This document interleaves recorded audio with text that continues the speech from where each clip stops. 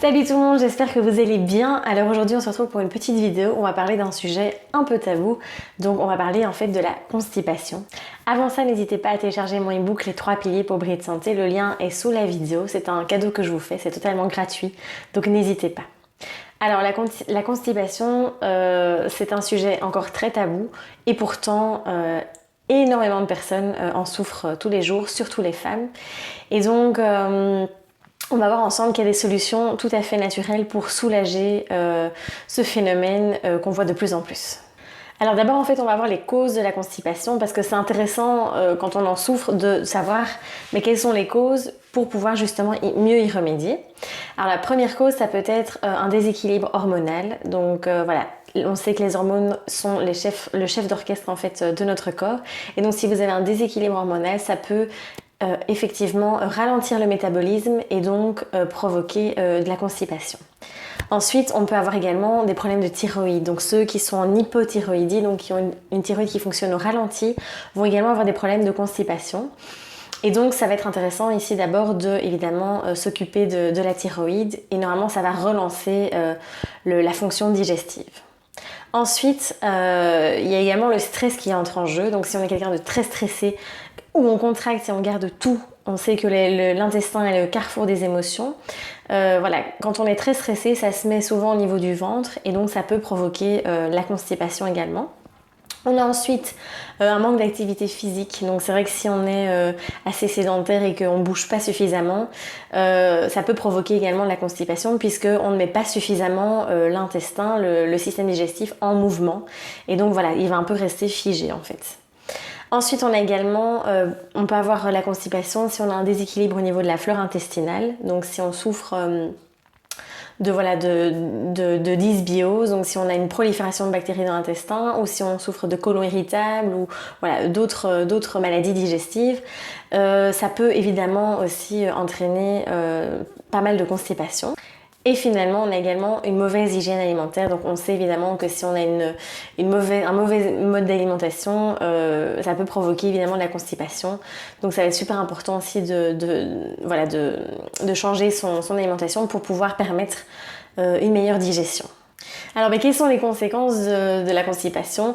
Donc, c'est vrai que c'est vraiment quelque chose que j'ai observé, c'est qu'il y a de plus en plus de personnes maintenant qui viennent me voir et qui m'expriment leurs soucis digestifs. Et c'est génial, tant mieux, parce que vraiment, on est toujours un peu gêné, c'est toujours un peu tabou, parce que voilà, on est un peu gêné par rapport à ces troubles digestifs qui peuvent vraiment être très très inconfortables, surtout socialement et surtout en public.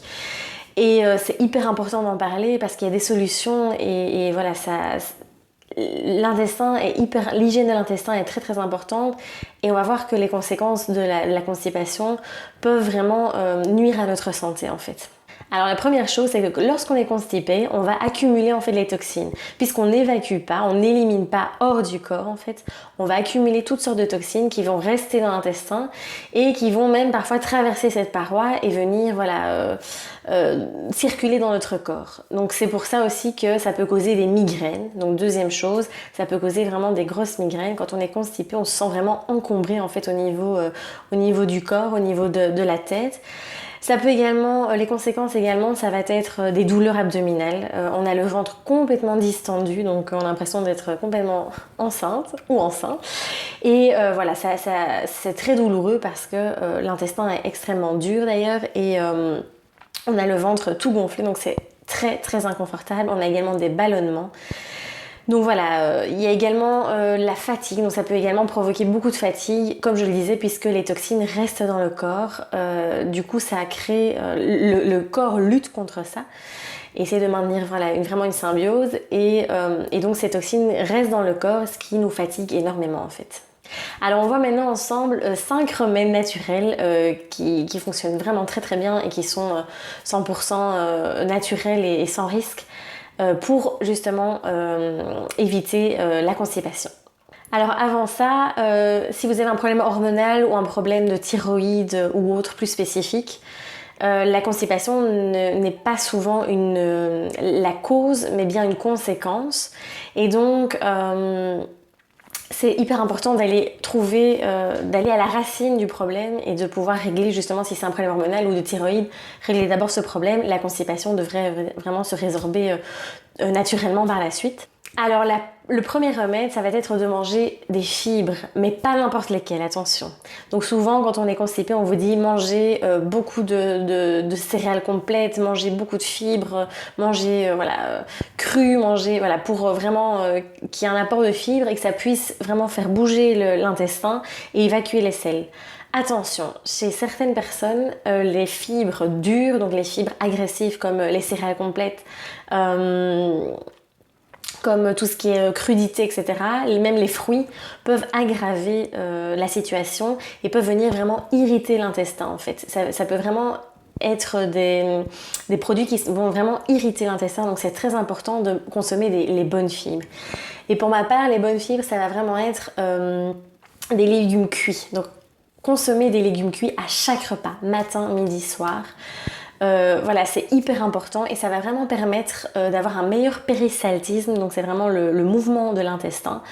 Et donc voilà, c'est les bonnes fibres. Consommer tout ce qui est feuilles vertes, cuites, épinards, chou kale, les blettes, tout ce qui est feuillage vert. Les choux sont réputés aussi pour aider. Après, à voir si vous les tolérez évidemment.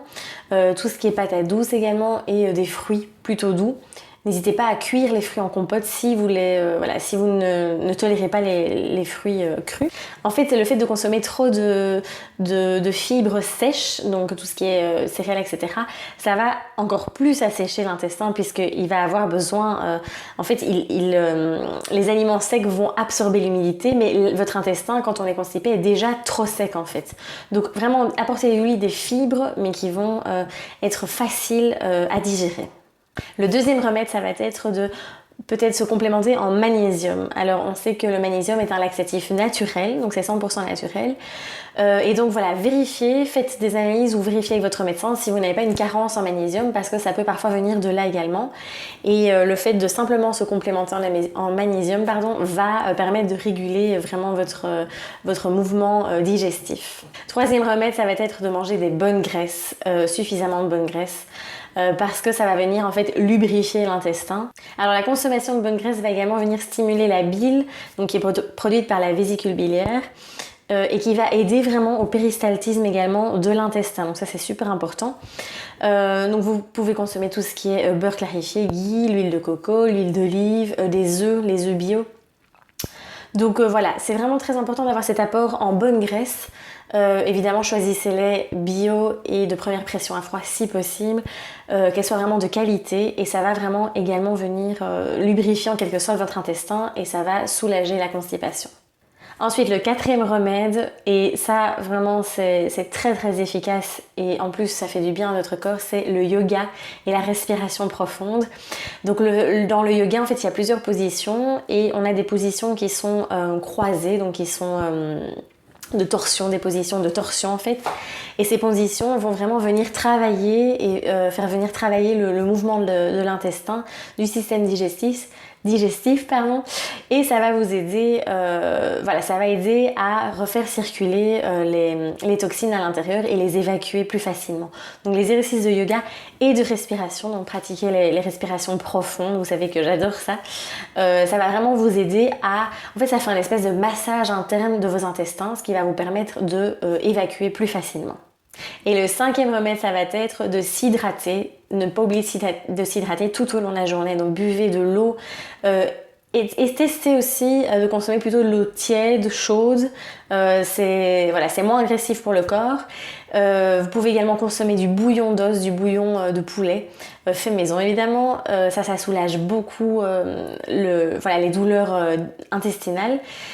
Également, les infusions de gingembre frais sont excellentes pour aider vraiment à la digestion et pouvoir relancer le système digestif. Alors j'espère que cette vidéo vous aura aidé, que ces 5 remèdes vont vous aider à soulager la constipation. N'hésitez pas à en parler, n'hésitez pas à consulter, n'hésitez pas à tester ces petits remèdes que je vous ai donnés.